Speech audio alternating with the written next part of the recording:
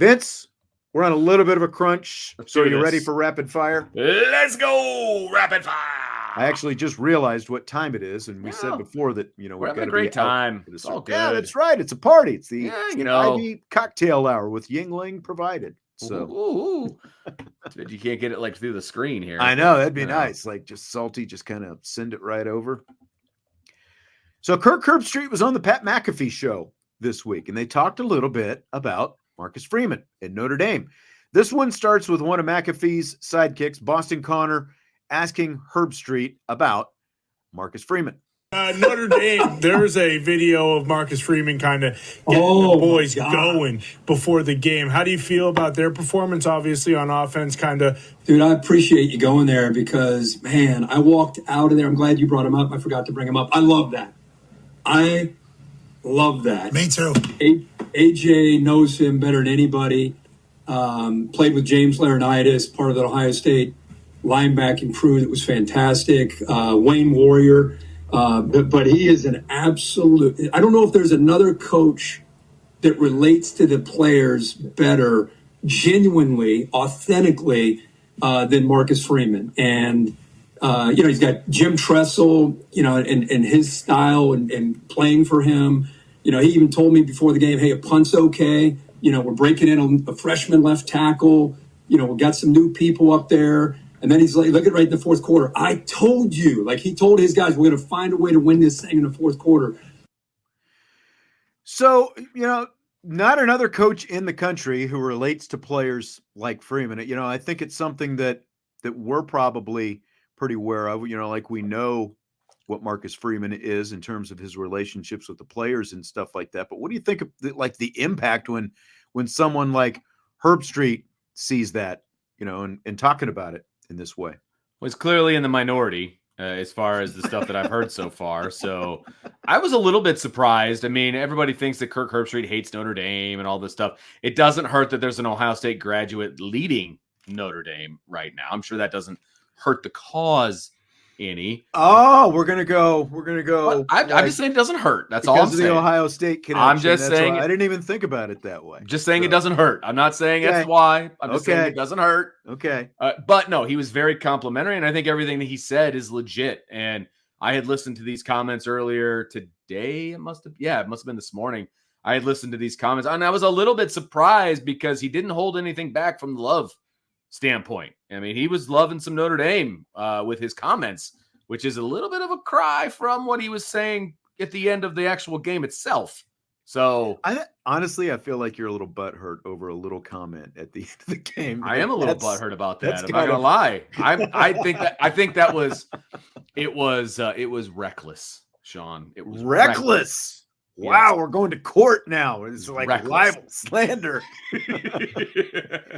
Nick says, where was this love and admiration during the broadcast? I will say that like watching Herbstreit, like we're hearing him, but like watching him and, just like his demeanor when he's on that McAfee show is so different than when he's doing the broadcast. And honestly, I feel like he's a lot just more, like you talk about, I feel like he's a lot more just sort of honest and free flowing and willing to give more opinion, because I think that this would be my read on it, sitting in having sat in broadcast booths, and you have too, like for games, it's like when you sit there, everything that you say is going to be parsed and picked apart in terms, like even people reading into things, exactly what he means about this and that and everything else. And I think that it's good that you got to see. What struck me is just hearing Kirk Herbstreit give his honest opinion of Marcus Freeman. And we'll hear some more, comments about, what he has to say about Notre Dame as well. Just like in this setting, I think we got more from Kirk Herbstreit than we probably, actually got in the booth in a long time. I think he tempers what he says in the booth. He's trying to be more professional, and obviously the Pat McAfee Show is a little less than that. So he's a little bit more comfortable to kind of speak his mind. And so, I mean, we've talked about this before. We were just talking about Cheryl Swoops and what she did or didn't say about Caitlin Clark in a broadcast game setting, which is completely different than a talk show. Because like we remember a couple of years ago, there was a little bit of a minor controversy when Olivia Miles was healthy, and Deb Antonelli, one of the game analysts, she works for, like ESPN and ACC Network and all that stuff. And I think she's in the North Carolina Hall of Fame or, something, NC State Hall of Fame or something like that. But, like the comments there were comments she made, like, well, would you rather have Miles? Would you rather have Citron? And I just felt like that's more a show that's like a debate show topic. That's not, now it doesn't go to like what Swoops was talking about, but I just feel like there are things that should be brought up in a game and shouldn't be brought up in a game. Like there are just certain directions that you can't go, but you can go there in a more open forum, like a podcast or a talk show or whatever it happens to be. And I will also say, like I said, it was a more laid back position, but I think he also had time to reflect on the game itself. Sure. When you're in the moment of a game and you're watching a game, and you're seeing it all and you're commenting on it, there's certain things that you could miss. There's certain things that you see that you latch onto, maybe too much. I've been guilty of that. You know what I mean? When you're trying to analyze a game and do all of these different things. So I do think at least 1 or 2 days removed, he's had an opportunity to kind of think back and reflect on the actual game. And so I tend to take these comments more seriously than I do the comments he had during the game. If that makes sense. No, I mean, it's a little bit like I was thinking about this with Brian Kelly today. Like I've said this before when Brian Kelly was here, even Brian Kelly should not do post-game press conferences. Right.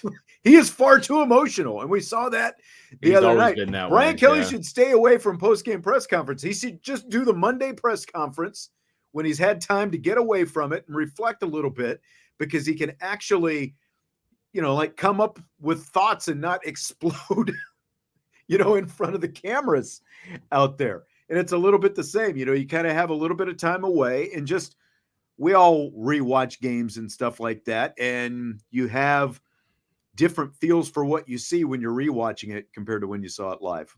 Right. The first time. 100%. Shoot, as a coach, I feel the same way. Yeah.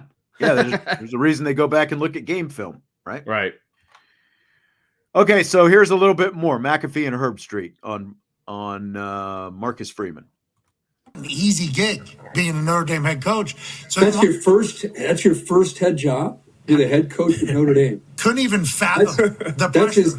That's as tough an ask in the college game as there is. But I'll tell you what's great is he's being himself, like you said. But when you talk to him, I hopefully we do a Notre Dame game day, because I'd love for you two to hang out. You talk to him, you become a bigger fan. Oh yeah, way bigger fan. I mean, he is as good of a guy as there is. And it's no wonder they're recruiting well. The program's doing this with him. I mean, they're just beginning, in my opinion, of where they're going with him as the head coach. So when he said the program's doing this, he was pointing. Like he went like straight up. Yeah. Not even like a. Yeah. He was like. Exactly. Again, some pretty high praise there for Mr. Freeman was from Kirk Herbstreit. It absolutely was. And I agree, obviously, with what he's saying. It is a very tough thing for this to be your first job. There's no doubt about it. I mean, it's extremely tough. And I think there was a learning curve there as well. I think we all had, we've been watching him learn on the job, for better or for worse. But I also agree with the fact that he is genuine, and what you see is what you get with Marcus Freeman. He's not a different guy, at least in my experience. And I see him outside of the Notre Dame bubble, at some of his kids' events and things like that. Like, he is who he is. Like, there's I don't think that there's a persona. I think this is me, man. And if you don't like it, cool. If you do, let's go. I just think that that's who he is. And I think the players can feel how genuine it is. Yeah. I mean, the players, if it was phony, the players would just roll their eyes and none of it would matter. Yes. like when other guys have tried to have whatever, kind of fight. Like, I think, you can read that pretty easily. And obviously I don't think that's a thing, but it is. I think that was one of the biggest questions for Freeman, because you're going from a coordinator to being a head coach at Notre Dame with the spotlight and the pressure and all the expectation that comes with it. Didn't work out very well for Bob Davie Yeah, good call. The last coordinator to get an opportunity like that. Didn't work out very well. And even Charlie Weiss, like there was some initial success, but remember he was a coordinator as well, had never been a head coach before. Never been in college to before. Notre Dame. Yeah. I mean, and that was the biggest issue. That was the biggest Charlie. issue, yeah, for sure. Because he Guy, treated it like an NFL. Great team. offensive mind, but just sure. It was the college aspect and how to develop and build a program, which is essentially what led to obviously to Brian Kelly being the head coach. Complete opposites. So how about this one from Herbstreit on his impressions of what stood out to him about Notre Dame players when he saw them Saturday night? They're only going to get better with Rylan Leonard at quarterback, and that offensive line is so young when they come together. I like the skill when they just, you know how when you look at when a team comes on the field, Pat, you're big on that. Like, wow, TCU, they're big. Like Notre Dame, through recruiting, through the portal, they look so different than where they were a few years ago. They used to always have big linemen, big tight ends, big D linemen, big linebackers.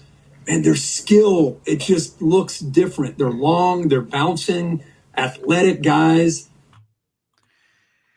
That really stood out to me, Vince. I don't know about you. I mean, sure.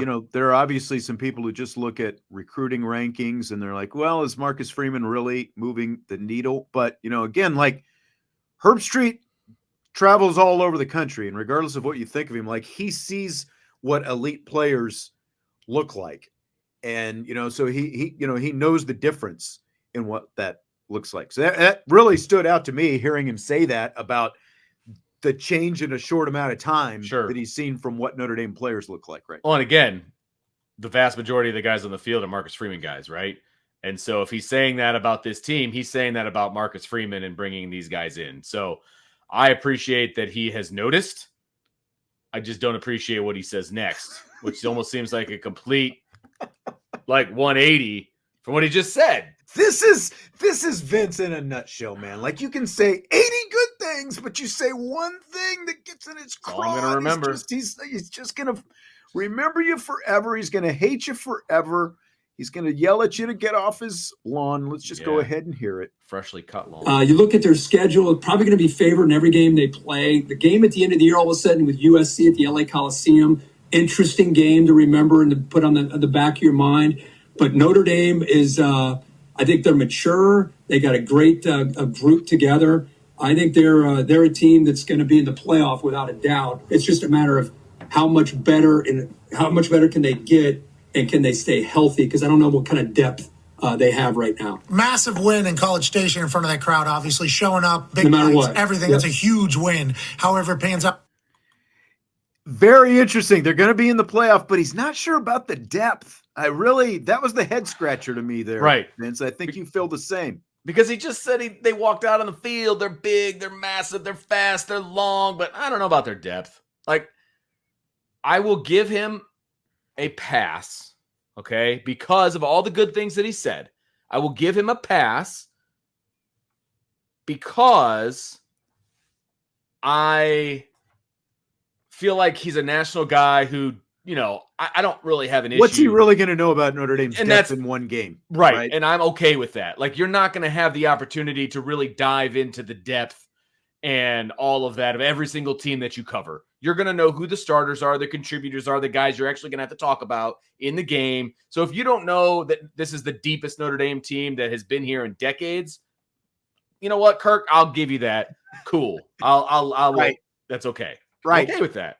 Because, I think it was on the Countdown show when you and Jesse and I were together last week. What did we do? The one word to describe Notre Dame, and my word was deep. This is the deepest roster they have had that I can remember. And Leonard Moore played out there Saturday night against Texas A&M. Good point. Freshman, true freshman, true freshman, right out there. The only two position group, obviously the offensive line stayed out there the whole night. Leonard stayed out there the whole night, but 3 running backs, and 3 tight ends. Like those were the only 2 position groups that only played 3 guys. Like all those positions, like look at the rotation of the defensive line. Like I would have thought that the depth of that defensive line would have stood out, considering how that game played out in the fourth quarter, Right. And the depth. So that was a little surprising, but he was very complimentary otherwise. He does think Notre Dame's going to the playoffs. That's why I'm giving him a pass. But like clearly the depth was there at linebacker. You rotated 5 guys. The depth at at defensive line was there. You rotated a bunch of guys there. Like clearly the depth was there. But he said a lot of nice stuff. So I'll let it go. Yeah. Let it go.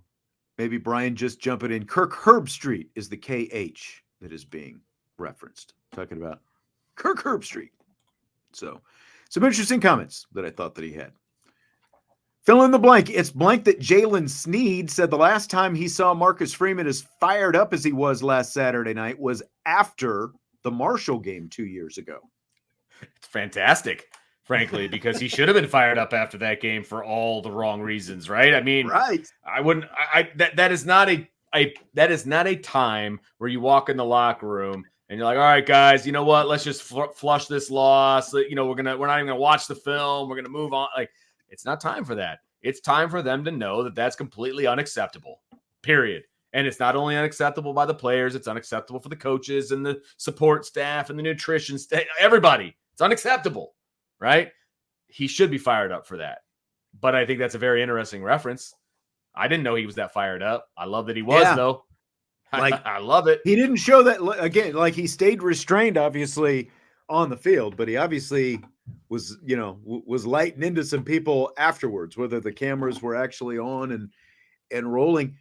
It does strike me that Notre Dame did host Ohio State last year. That was obviously a season after Marshall, and he wasn't nearly as fired up. Like, was he because it was his alma mater and the hype around it and everything else? Was he restraining himself a little bit? I don't know.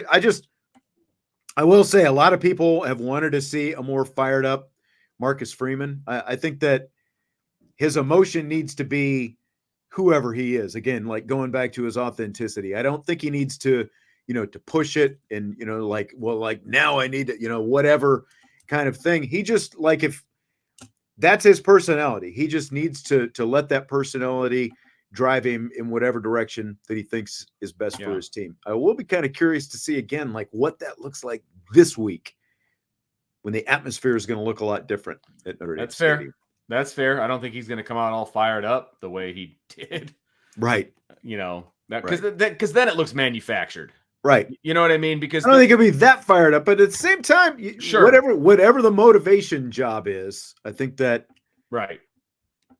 that's being reinforced this week, because Sneed also did say that they're, they are taking this game very seriously. Like they don't look at it differently. And that's ultimately, I think, how this season is going to be judged, because if that's actually the case and they play that way all season, I don't see anybody being able to beat them. I see an unbeaten team going into the playoff at the end of the year if they're able to sustain and do that throughout the course of the year.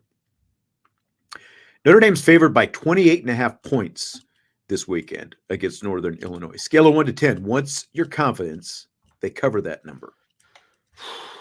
I guess 6.5, 7. Because when it's that high, they should win by that much. Yeah, exactly. Because you just never know how the end of the game is going to shake out. Because Notre Dame's going to have some backups in. Northern Illinois might have some backups in. How long does Northern Illinois keep their starters in against Notre Dame's backups? Like, you just don't know how that's going to go. You know what I mean? And so I wouldn't touch that line, even though I think they should win by that much, if not more. But those big numbers, man, it just gets a little bit scary. And the offense wasn't exactly firing on all cylinders last week. So, if that was the case, if I've seen them put up, some major yards and points and things like that, I'd be a little bit more apt to it. But look, I'm a 10 that they're going to win. But, to win by that much, I'm like a 6.5 or 7. Yeah, I think I'm a 7.5 for the reasons that you talked about. Like you said, the offense wasn't firing on all cylinders, but at the same time, they weren't playing Western Illinois. I get it. They were playing Texas A&M. You're right. But again, I need to see what this looks like against a team like this before I'm willing to be fully confident that they're going to cover these kind of, because they were big They were big favorites a lot of times last year, the last 2 years, basically, and they haven't come anywhere close. We thought that they were going to take it to the next level against some of these teams that were supposed to be pretty bad, but it hasn't happened. So my confidence is more in that 7 range. I will say this. Last year they took care of business against the crappy teams, right? 42-3 against Navy, 56-3 against Tennessee State, 45-24 against NC State, even though that was supposed to be a tough game. Central Michigan, they won 41-17.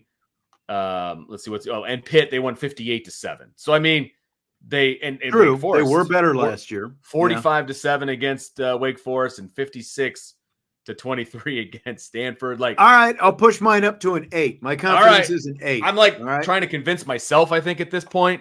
But if we're just looking at last year, I think they do take care of business against teams that they should. So I'll up mine to a 7.5, 8. Yeah. I mean, obviously that was the knock on last year's team, right? They more than took care of the teams that they should, but against the better teams, couldn't get over that hump. You couldn't be better. Fill in the blank. It's blank that Irish special teams coordinator Marty Biagi says the way James Rendell punted against Texas A&M was part of the game plan. Do you want me to read the quote? Sure. Okay. Yeah, read the quote. So he said, quote, "There was a lot of game plan into it. We always want to make sure in that kind of environment, first game, what he felt like for sure was what he was comfortable with. That's the good part. He's so diverse. But even in the game, we made a couple different calls or checks that we hadn't necessarily practiced because of some of the different things they were doing. He did a great job being able to adjust. Really can put the ball anywhere on the field, which is an asset," end quote, from Marty Biagi. It's hogwash. I'm going back to the word I used earlier in the show because, look, the end result was, almost 43 yards average on the 5 punts. Okay, that's okay, but those line drives, you're literally out kicking your coverage. You're not allowing them to get down the field. And so, a 10-yard return on a punt's too much. That's too much. If he is who he's being advertised as, and I think he probably is, but in this game, he wasn't. He's supposed to be the 5.0, 55-yard kick guy that by the time the ball comes down, he's surrounded by a bunch of Notre Dame guys and forcing a fair catch. It didn't look like that. It looked a little too nonchalant for my taste and a little too line drivey for my taste. I would agree with both of those. I don't know if the nonchalant, the line drivey, I just feel like if I'm reading what Biagi says, they were very safe. They were playing it safe out there in that environment, kind of like they were playing it safe with the offensive line. They didn't want a guy in, a big environment like that, the first real big environment that he's ever been in. Because remember, again, he said the biggest crowd that he'd ever been in front of before that when he was in Australia was when he was playing in, some 17U national championship, 20,000. So the crowd was 5 times bigger than he's ever been in front of, and just everything. You don't want some crazy special teams play to be the difference in a win or a loss. So I can see them, kind of playing it safe with a guy who's never been in that kind of pressure pack situation before. But line drives aren't playing it safe. That allows them to return. No, I agree. That's what I mean? The one part, because the coverage. Because what was one of the things they needed to get better at compared to last year? The punt coverage, not letting them have those extra yards and stuff like that. Now, he didn't shank it out of bounds or anything like that. And so, okay, cool. That's great. It was an average outing. I'm not mad about it. I was just expecting more. So, let's see what he can do at home, this week. Maybe I'll want to see big booming punts this weekend at Notre Dame. I mean, they might not have to punt. Who knows? Well, that's fair too. I mean, look, I'm not expecting him to look like a traditional punter, because he's never done it before.